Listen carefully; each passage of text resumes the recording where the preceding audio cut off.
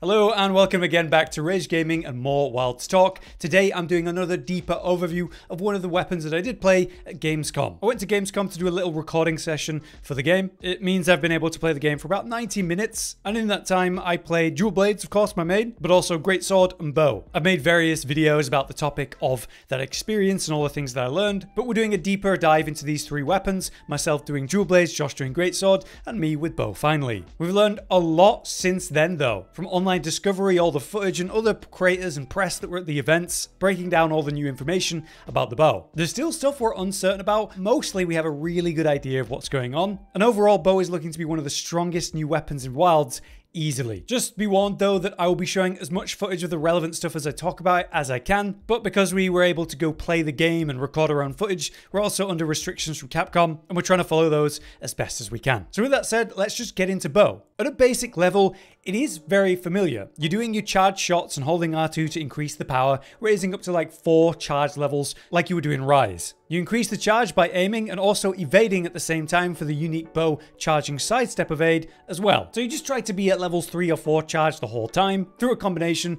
of those two charging mechanics. Around that is going to be a very popular combo that returns with a mix of your quick shots into power shot into power volley, which is all just done by circle presses, leading into then a familiar bread and butter combo, which is a mix of R2 and circle, charging shots and spread shots basically, mostly power shots and volleys. It's all there. Everything around this is what's changed though. Like a big change being discussed is the type of bow that's going to lend itself to maybe rapid or spread. In the Wilds version, it seems your normal shots are just rapid, where the power volley combos, that's a spread. The question is, will we be able to mess with the levels of this with the right bow, or is it all going to be folded into all bows, more like World to my understanding? We'll see on that, but yeah, most everything else we're going to talk about is much more concrete info. Let's get into that. So around the basis of normal bow, we have a new meter. It's called the trick shot gauge at the bottom right. You can see that it's got 3 charge levels or notches, and you simply build this by dealing damage or doing perfect evades, now called discerning dodges. Building this allows you to spend the gauge on tracer arrows or coatings. That is because coatings has massively changed in this game. They're no longer just something that you craft and use, they're now an infinite resource that you build and spend. In our version of the game, we were able to use both power and poison, but that doesn't mean that, you know,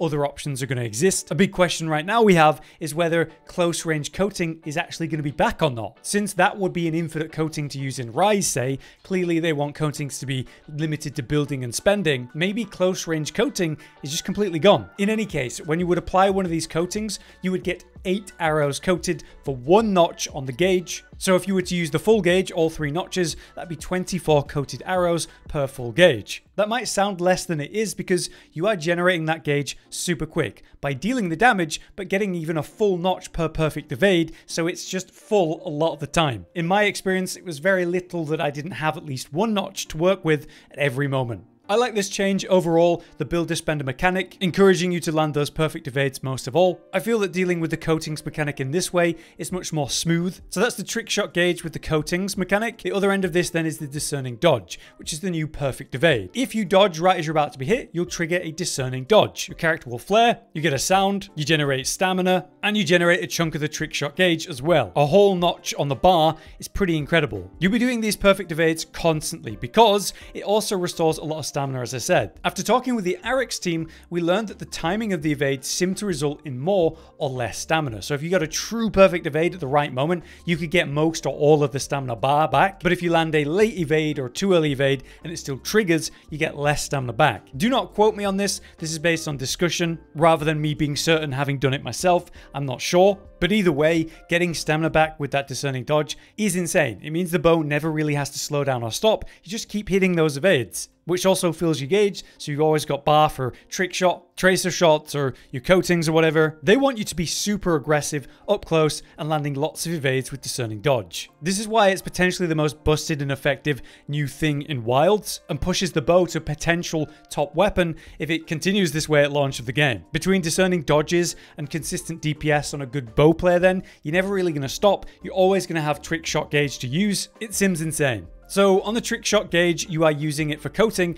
but you're also going to be using it very regularly for tracer arrows. For just one notch on the trick shot gauge, then you fire a tracer arrow. To perform this, you hold R2 and then press square at the same time. Wherever that arrow lands then, that becomes the target and homing location for all following attacks. As we've seen, Dragon Piercer will fly into it, Swallow Shot, Thousand Dragons, whatever. It's all going to go into that tracer arrow. The thing is, it's not infinite. After a certain amount of hits or damage buildup, it explodes. But what it does mean is that you can hyper accurately hit a specific location as a bow user. And I think this is a big deal. Not necessarily for the reasons you might think. Because let's say you're a bow player, you're pressing up against the monster or at medium range most of the time, doing your main combo into its face pretty much the whole time. I don't think you're going to have an issue with that. Tracer arrow though allows you to accurately hit things like their claws, the tail, and other body parts that are weak, or a specific wound maybe, to generate wounds. That kind of hyper-accurate landing hits is going to be quite impactful for the way that Wild seems to work. So while you won't be using tracer arrows to massively improve your DPS per se, you will be using it to accurately hit the right places. Since again, normal bow gameplay plays relatively close and hits head the whole time anyway, especially with the new discerning dodge, tracer arrow is more of a very useful utility for breaking and attacking specific places.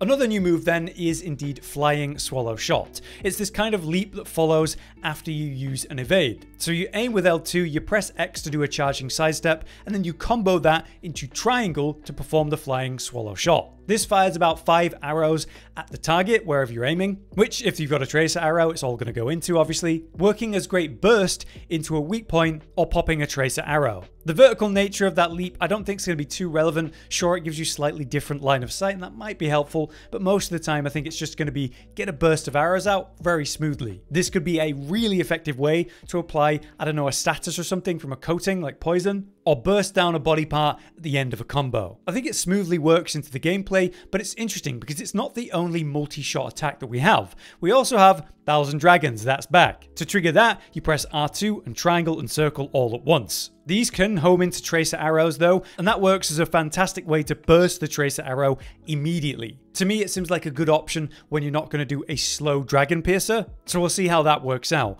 But speaking on Dragon Piercers, we do have a new version of a Dragon Piercer called the Instant Dragon Piercer when used in a combo. In the Capcom weapon descriptions, we see Instant Dragon Piercers referenced as a thing, and by pressing triangle and circle during a combo, apparently you get a quicker one. For me, I found that I could combo it after landing a focus attack, just by pressing the normal triangle plus circle input right after that. It came out really quick and I had a look at the comparison between them. A normal Dragon Piercer might take like 2.5 seconds. A instant Dragon Piercer takes about 1.5. It's definitely noticeably faster, and it means that the instant Dragon Piercers work into normal gameplay significantly smoother. If they do work off normal combos then, it's going to be great to combo into a tracer arrow for a huge burst to pop that on the right location.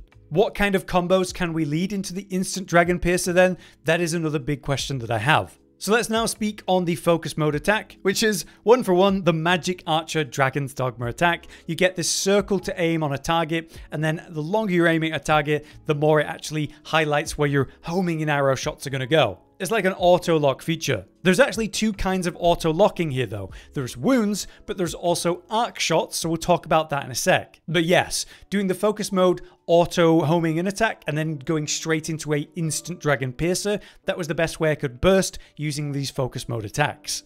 So Arc Shot returns with much more relevant changes where it actually works in the gameplay pretty damn well compared to Rise, where I basically never really thought about it. To trigger it, you press and hold L2 and R2 and then press circle all at the same time. These arc shots then stick into the monster, and you can see all the arrows sticking out of its back or wherever you're hitting. These are a different kind, like tracer arrows, of detonation arrows. So if you shoot these arrows that have landed from arc shot, they explode for a little bit of extra damage. Further, you can target these in the focus mode aiming. So you can target wounds, but they're not always available. So you apply an arc shot to the target, then do a focus mode attack to target those detonating arrows, then combo that into an instant Dragon Piercer for quite some hefty burst. This more offensive use of it to set up for a following focus shot combo, I just feel works really well in the gameplay. Like I said in Rise, I didn't really use it too much. I just don't like the idea of buffs. It felt very gamey. I think a lot of bow users weren't a massive fan of arc shot in Rise. I prefer this because it feels like you're firing these special explosive arrows. It feels more plausible. It is a shame that we lose the KO potential that it used to have though,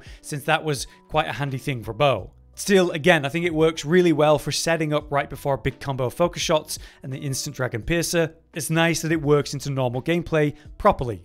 The last thing I want to mention is the new sneak attack. Because in Rise we had that soapbind attack, aerial aim, you would leap up into the air with a wire bug and then do multiple shots, each shot keeping you in the air longer. It was great for burst as a DPS tool. You could use it to attack and evade at the same time by going up into the air. So it's definitely a shame to lose that in normal gameplay, but it's at least there a little bit with a sneak attack. But you only jump up and fire like once, so it's nowhere near the same. So yeah, essentially gone. But yes, that brings me to the end. That's everything I've been able to learn about Wilds bow from my time with the game and all the information coming out online from all the different footage and discussion. With all the weapons, there's always that chance there's more to learn, especially with new skills that might be in the game that could affect bow. We're now waiting on future events where new footage comes out and more discussion can be had. At the end of September, we do have another event, which is the Tokyo Game Show. And then at the end of October, we have 2 events, Gamescom Asia, and there's a Paris event as well. So maybe we'll learn more at those times. For now though, I hope this overview gave you any new information to consider. To me, it looks like one of the strongest things by far, at least with the new changes, they seem insane. For now though, I've been Hollow, you've been you, thanks for watching. Josh, Cotton, and Hollow with the videos, dropping the humor like a hammer on your tippy toes, bringing entertainment on a daily arrangement to take our insanity and turn it into entertainment. Yes, I said entertainment twice, to reiterate that it is nice to look into your faces on a mostly daily basis when you let us in your homes to make the whole world a stage. Goodbye.